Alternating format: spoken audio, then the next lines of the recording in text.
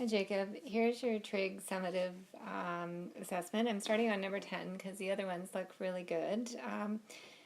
I'm just looking at this one, and again, maybe it's just a case of not having enough steps showing, but some of the things that I see being crossed out here are not making sense to me. When you're crossing out your sine of pi over 2 times cos of x, and then the only other thing that I see being crossed out is this. I'm not really sure how to justify that in terms of crossing those out. Sine of pi over 2 is 1, because that's sine of 90. So 1 times cos x would leave you with a cos x there.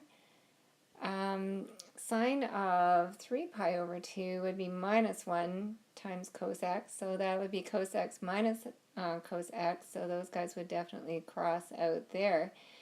If that's what you mean, I'm not sure. I'm just having a hard time with the work and the steps that you're showing here.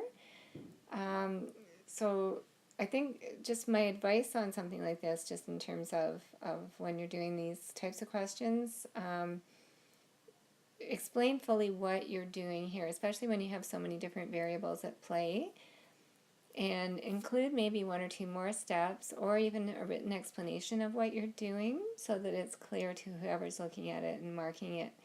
You know, here, for instance, sine x times cos of pi over 2, cos of pi over 2 is 0, so you could write a little like equals 0 or something like that in there if you wanted to, and then you wouldn't have to write the whole step out again to show, you know, that one replaced with a 0.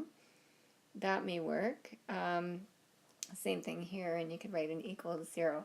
But that's the problem here, is just that there aren't enough steps or enough explanation shown for you to sort of justify just crossing out stuff where you have, because this here and here don't cross out with each other, and yet they're the only things that are being shown as crossed out.